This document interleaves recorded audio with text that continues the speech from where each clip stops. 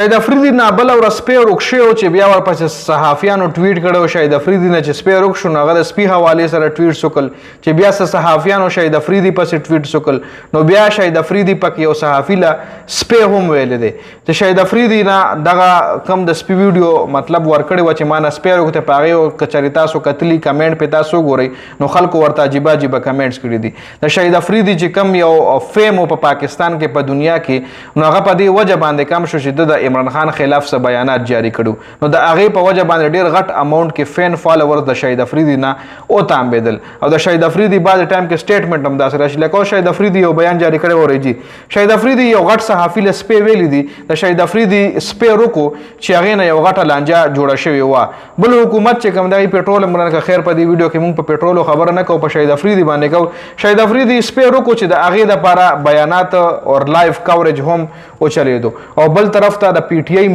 د پی ټي آی جلسه یا د پی ټي آی میټینګ مین سټریم میډیا چې کوم ده هغه مکمل په هغې باندې خاموشه دي او د شاهد افریدي سپی روکو نو باقاعده په مین سټریم میډیا باندې دا خبرونه چلېدل چې د شاهد افریدي نه سپی روک شوی دی نو بیا شاهد افریدي یو ټویټ کړی جی شاهد افریدي ټویټ کړی چې په هغې کې شاهد افریدي د هر چا شکریا ادا کړې وه لکه سپی چې کله پیدا شو نو بیا د هر چا شکریا ادا کړې وه چې ستاسو ډېره ډېره شکریا چې تاسو زما ویډیو لایک کا او کمنټ مې وکړل او مخکې مو شیر کا او د ستاسو د ویډیو په وجه باندې زما دا سپی پیدا شو نو بیا دې حوالې سره یو دغه د پیرزاده ټویټ کړی دی یو صحافي دی پیرزاده نوم دی چې هغه ټویټ کړی دی چې کاش په بلوچستان خیبر او کشمیر کې هم میسنګ پرسن هم د شاهد افریدي د سپي غوندې پیدا کېدل او کاش د دې پاکستانیانو حقوق د شاهد افریدي د سپي غوندې وي د شاهد افریدي د سپي عمره حقوق د دې پاکستانیانو هم وي لکه دا یو صحافي د پیرزاده د ویل چې په بلوچستان کې په کشمیر کې په خیبر کې ډېر میسنګ پرسنز دي نو چې څنګه د شاهد افریدي سپی په ګنټو کې پیدا شو چې داسې دغه میسنګ پرسن پیدا کېدل دا کم میسنګ خلک تی روک شوي خلک ته چې دام پیدا کېدل نو ښه به وه او کاش وایي څنګه څومره حقوق د شاهد افریدي د سپي دي چې دومره د پاکستان د عوامو هم وي نو اوس دې ټویټ کې د شاهد افریدي حوالې سره داسې خبره نه ده کړې د چونکې حکومت ټارګېټ کړی دی لکه دې ځای کې د صحافي شاهد افریدي حوالې سره څه نه دي ویلي حکومت یې پې ټارګېټ کړی دی خو بیا هم شاهد افریدي د پسې ټویټ کړی دی چې ما صرف د خپل روک سپي دپاره ټویټ کړی و ما خپل صرف د روک سپي دپاره د اپیل کړی و او کمیونټي زما مدد کړو او په دې کې سیاست چمکاول نه دي پکار